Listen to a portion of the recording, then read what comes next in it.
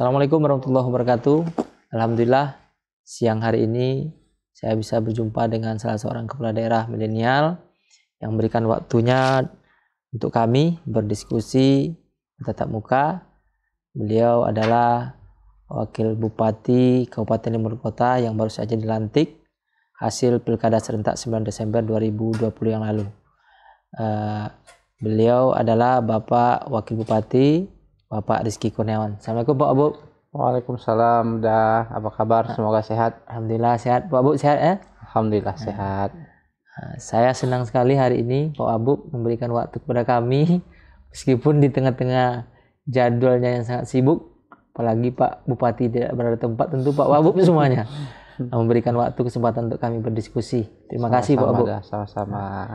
Saya memang agak ngotot ngejar Pak Abu nih, karena salah satu kepala daerah milenial yang masih muda. Tentu kita berharap dengan banyaknya fenomena-fenomena kepala daerah milenial ini ada pergerakan yang lebih signifikan di daerah, tidak lagi dikotomi memimpin pola lama, tapi ada pola baru, semangat baru tentu, karena milenial lebih energik ya Pak Abu. Ya, insya Allah ya. Boleh sedikit Pak Abu cerita kepada kami pengalamannya hingga akhirnya memutuskan terjun ke dunia politik. Mungkin barangkali ada basic belakang ini ketika di kampus, atau barangkali ketika sekolah sudah ada dasar-dasar leadership atau dari keluarga sendiri. Oke, dan terima kasih. Pertama, saya berterima kasih udah berkenan datang ke sini untuk bersilaturahim, berdiskusi. Mudah-mudahan apa yang kita lakukan ini ada manfaatnya untuk banyak orang. Amin. Kemudian saya sekarang umur 34 tahun, masuk 34. Pada saat pilkada kemarin itu 33. Masuk kuliah tahun 2005 di Universitas Andalas. Nah, memang sejak kuliah basic organisasi saya dibentuk di situ. Banyak organisasi saya ikuti, Forum Studi Islam, Resimen Mahasiswa, pernah juga saya masuk Mapala sebentar, Pramuka sebentar, kemudian Badan Eksekutif. Saya pernah dipercaya sebagai Presiden Mahasiswa Universitas Andalas, Bang. Jadi memang disinilah sebenarnya pemikiran-pemikiran itu terbentuk. Muncul ya. Saya sudah berniat untuk menjadi kepala daerah atau berkarir di lembaga eksekutif ini sejak saya aktif berorganisasi. Jadi memang seperti sudah ada peta hidup yang kita buat. Saya dulu sudah punya rencana, umur segini saya menjadi ini, umur segini saya menjadi ini. Itulah yang saya ikuti. Memang sudah di planning kan ya? Nah, itulah yang planning itu yang saya ikuti gitu dah. Dan alhamdulillah sampai sekarang alhamdulillah sebagian besar dari planning itu bisa kita raih, alhamdulillah. Itu lebih kurang dah. Ya, ini menarik saya lihat, sebab sebelumnya Pak Wabub, setahu saya belum pernah terjun ke politik praktis ya. Ya, belum. Seperti kata Belum. caleg belum pernah kan? Belum. Tiba-tiba langsung calon kepala daerah. Dan saya lihat juga perjuangan cukup luar biasa ini. Sepanjang jalan dari Riau saya ke sini, udah masuk Sumbar itu udah kelihatan hampir 2 tahun saya lihat. Iya. Publikasinya ya. Dan alhamdulillah hari ini terpilih menjadi Wabub Kabupaten Limur Kota. Tentu Pak Bupati ketika memutuskan maju ini pasti sudah punya perencanaan. Ingin berbuat apa dan ingin menjadikan apa Kabupaten Limur Kota ini. Iya. Apa kira-kira mimpi Pak Wabub untuk Kabupaten Limur Kota ini? Saya sebenarnya tidak muluk-muluk juga dah, karena begini. Saya terjun dalam politik praktis ini selain daripada ada basic organisasinya pada saat di kampus, ada faktor X yang sebenarnya jauh lebih kuat. Yeah. Nah, ini adalah dorongan daripada orang tua saya, almarhum Abah saya panggil. Dalam 3 kali kesempatan waktu makan bersama di rumah, beliau menyampaikan beliau ingin betul melihat saya menjadi bupati. Nah, dorongan ini sebenarnya sangat kuat, apalagi setelah beliau meninggal gitu. Nah, itu poinnya. Kemudian terkait dengan apa yang ingin saya capai pada saat kita memegang kepemimpinan ini, sebenarnya tidak juga bereforia, bermimpi besar, tidak ada. Yang penting bagi saya adalah selama kita menjabat ini, kekuasaan itu betul-betul dapat merubah keadaan. Ya menjadi lebih baik lah, menjadi lebih baik. Kita ingin melakukan percepatan pembangunan di segala bidang sebenarnya. Sebenarnya kalau kita sebagai anak muda ini, kalau pengalaman kan belum ada, Bang. Betul. Belum ada. Saya tidak pernah menjadi calon legislatif, saya tidak pernah menjadi anggota DPRD. Menangnya menang di semangat aja ya. Kelebihan anak muda semangat. Saya bisa bekerja 24 jam. Mulai bertugas kami tanggal 1 Maret. Sekarang tanggal 16. Masuk saya sampai di kantor jam 5:30. Saya akhiri aktivitas rata-rata jam 1 malam. Di kantor? Ada yang di kantor, ada maksud yang di luar ya? Di lapangan. Nah kalau di kantor saya buat sampai jam 1 malam, marah pula saya nanti. Gitu. Tapi intinya adalah kita ingin mempergunakan kekuasaan ini untuk sebaik-baiknya bagi masyarakat dan agama kita yang penting. Gitu. Kami punya program dalam bidang agama Salah satunya adalah kami jadikan tahfiz ini sebagai kurikulum resmi dalam pendidikan SD dan SMP. Kita nanti ingin mentarget semua lulusan SD dan SMP itu, mereka harus punya jumlah hafalan tertentu. Itu yang kita targetkan. Budaya alam Minangkabau yang dulu sudah tidak lagi dipelajari, sekarang kita masukkan lagi di kurikulum. Sederhananya kita ingin anak-anak kita nanti, adik-adik kita nanti, pada saat mereka dewasa, mereka jauh lebih baik dibanding kita. Tahu jati dirinya ya. Gitu. Karena orang kalau sudah menghafal Quran sangat sedikit saya lihat yang hidupnya itu nggak baik. Kalau mereka sudah mulai menghafal Quran, mayoritas hidupnya baik.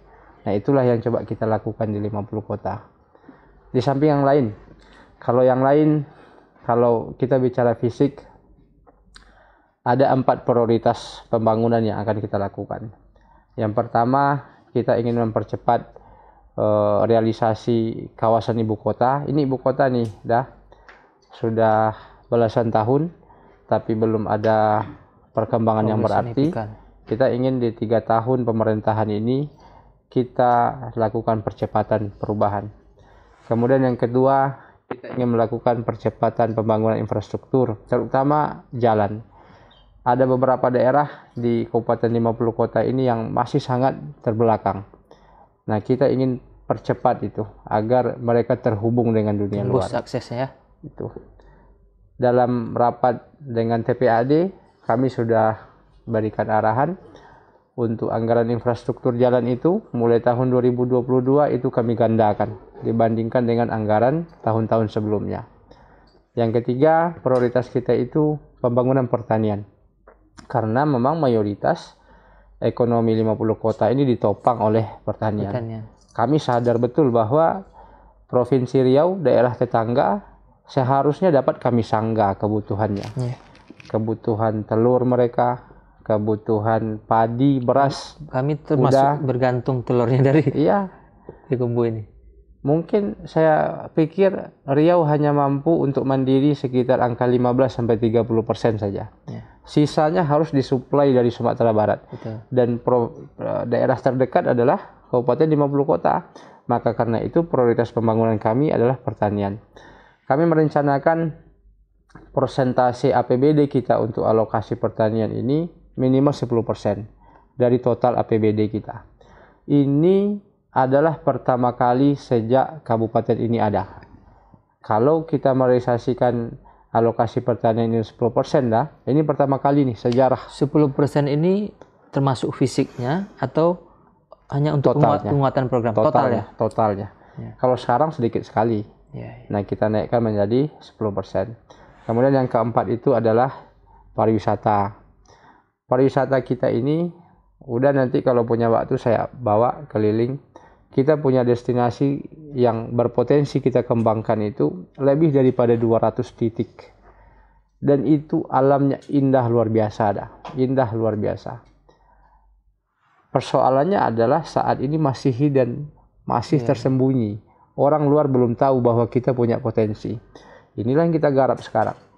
saya dorong pemerintahan negara ini agar mereka mau memulai mengembangkan objek-objek wisata ini secara swadaya. Kemudian secara bertahap kita dorong. Saya ada contoh misalnya di Taram, kawasan yang dekat dari ibu kota ini. Mereka mengolah objek wisata ini secara swadaya, Kapalobanda namanya. Dan hasilnya sekarang perputaran uang di sekitar kawasan itu minimal 1 miliar setiap bulan dah. 1 miliar setiap bulan. Tanpa dukungan dari pemerintah sebelumnya. Nah sekarang karena sudah berkembang kita dukung. Kita ajukan sekarang di anggaran 9,8 miliar untuk 2022. Coba udah bayangkan ketika kami punya 200 destinasi lebih. Kemudian itu kami kembangkan semua. Tol akan dibuka melewati kabupaten 50 kota. 50 kota letaknya di tengah-tengah Pulau Sumatera. Paling dekat dengan provinsi yang punya banyak uang seperti Riau. Orang Riau ini saya perhatikan dah kalau sudah akhir minggu mereka harus pergi liburan. Dan liburan mereka yang paling dekat itu adalah 50 kota. Dan kita punya banyak destinasi yang kalau orang Riau datang mereka tidak akan kecewa. Garansi saya seperti itu dah. Sekarang orang Riau baru tahu banyak itu baru Harau saja. Ya, betul. Tapi padahal potensi besar itu luar biasa. Ya. Nah itulah cara-cara kita 3 tahun ke depan. Prioritas yang akan kita kembangkan 4 sektor itu dah. Ya, menarik nih Pak Wabub. Pertama tadi pengembangan sumber daya manusia, ada program tahfiz. Ya. Ini saya diskusi juga dengan Bu Kadisnya, katanya tahfiz setiap kecamatan ya, ada rumah tahfiz di setiap kecamatan. Rumah tahfiz 1 per nagari. Satu per nagari. Kemudian memasukkan tadi apa tadi? Budaya alam Minangkabau itu. Ini menarik nih 2 hal ini, artinya pertama anak Minangkabau ini kembalikan ke jati dirinya, kemudian didekatkan kepada nilai-nilai agama. Saya menarik nih, moga-moga nih merinding saya Pak Wabub nih kalau bicara seperti ini. Karena banyak sekarang generasi muda kita sudah terlalu hedonis hingga jati dirinya lupa. Ini moga-moga 2 program mulia ini benar-benar membumi di Kabupaten Kota. Amin. Amin. Kemudian tadi Pak Bupati cerita jati diri ekonomi ini barangkali mungkin. Dari dulu orang tahu di 50 kota ini salah satu penopang pangan, khususnya beras ya. Kalau kami Riau masalah telur, bahkan saya komunikasi dengan peternak telur di Riau. Harga telur di Riau tuh naik turunnya tergantung Payakumbuh katanya. Kalau permintaan Jakarta banyak, Payakumbuh oper ke Jakarta. 50 kota oper Jakarta. Tapi kalau permintaan sedikit, barulah harga kita turun tuh katanya. Kalau dia oper sini. Tapi kalau oper Jakarta, maka harga kita naik. Begitulah strategisnya posisi 50 kota telur 50 kota ini. Kemudian tadi masalah beras. Nah yang ketiga nih pariwisata. Ini memang cukup luar biasa nih Pak Wabub. Sebab dalam kondisi pandemi ini satu-satunya sektor ekonomi yang akan bisa digerakkan ini pariwisata. Sebab makro-mikronya bergerak. Usaha menjual miabunya Pak Wabub, tapi hidup mereka. Tadi Pak Wabub bilang 1 miliar, saya percaya. Sebab itu mikro-makro bergerak itu.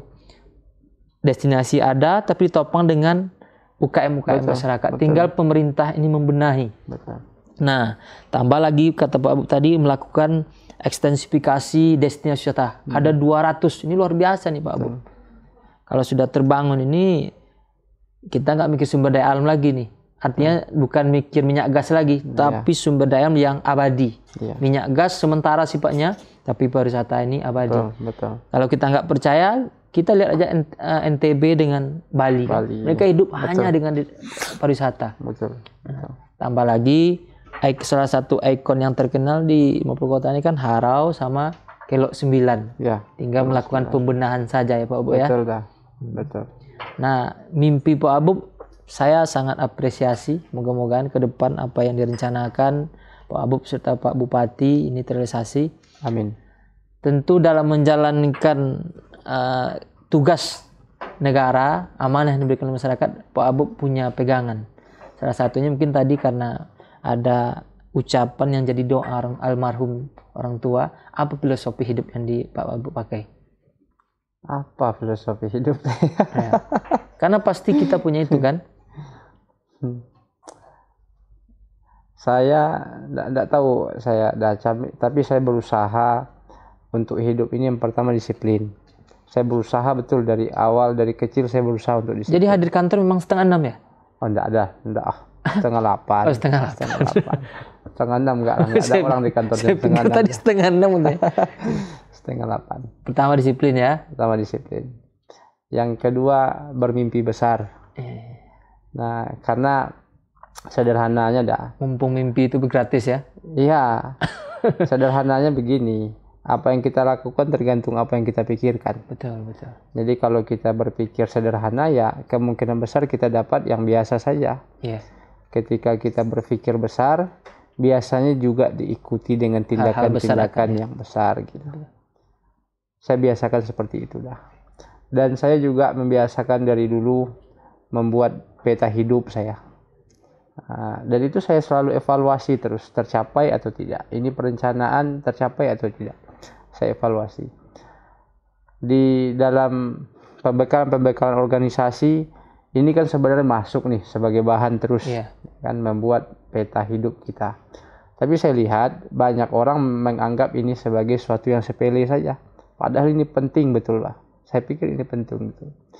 Kalau peta hidup itu dibuat sangat rasional, kemudian kita memang jadikan itu sebagai jalan kita, acuan kita, saya pikir dapat. Karena kadang-kadang begini, kalau kita berpikir 10, insya Allah 9 atau 8 dapat. Tapi kalau kita berpikir 5, ya dapatnya juga 3 atau 4. Gitu. Maka menetapkan target ini penting lah. Menetapkan target ini penting. Pak Wabub aslinya? Ini saya asli di sini dah. Asli ini Serlama. Nagari Gurun namanya. Nagari Gurun, Kecamatan Harau. Dan sampai saat ini belum terdaftar sebagai anggota salah satu partai belum ya? Hampir ya. Tapi belum. Intinya belum ya. Belum. Iya. Belum. Ada yang mau disampaikan Pak Wabub kepada teman-teman yang menyaksikan, khususnya warga masyarakat 50 kota, karena 50 kota ini bentangannya sampai ke jauh, Kampar, luas sekali dah. Bahkan saya juga berharap akan luas ada diskusi sekali. Kita nanti terkait perbatasan Ulu Kaso dengan Kebun Tinggi. Ya, betul. Karena itu ada destinasi wisata dan masyarakat kami ada di sana. Aksesnya belanjanya ke 50 kota. Betul. Jadi termasuk Balung itu. Nah, Balung, pergi ke Balung lewat 50 kota dulu, baru ke Kampar. Jadi mungkin akan ada diskusi kita nanti terkait percepatan pembangunan daerah pinggiran. Siap, insya Allah dah. Terima kasih banyak Pak Wabub. Silakan tadi sampaikan. Saya ingin menyampaikan, tapi bukan untuk warga 50 kota dah. Untuk warga Kampar. Saya berharap berdoa tahun 2024 nanti udah maju sebagai calon bupati dan menang. Amin. Sesuai yang Pak Wabub bilang tadi, saya mengaminkan. Karena sama seperti kata-kata yang sampaikan almarhum Abah tadi ya. Nah, itu doa. Betul. Masalah jadinya kapan kita nggak tahu, karena kita tak pernah tahu doa yang mana yang dijawab Allah Ta'ala. Terima kasih banyak atas waktu dan kesempatan Pak Wabub. Sama-sama. Saya tahu Pak Wabub sibuk sekali dan tetap dengan santai menerima saya hari ini. Terima kasih saya ucapkan sekali lagi. Saya doakan Pak Wabub sehat dan tetap bisa menjalankan pemerintahan yang baik dan menjadikan tentunya Kabupaten 50 Kota ini menjadi lebih baik lagi ke depan. Terima kasih. Demikian diskusi kita dengan Pak Wabub Kabupaten 50 Kota, Pak Rizky Kurniawan. Moga-moga bermanfaat untuk yang mendengar dan melihatnya. Saya Ari, Assalamualaikum warahmatullahi wabarakatuh.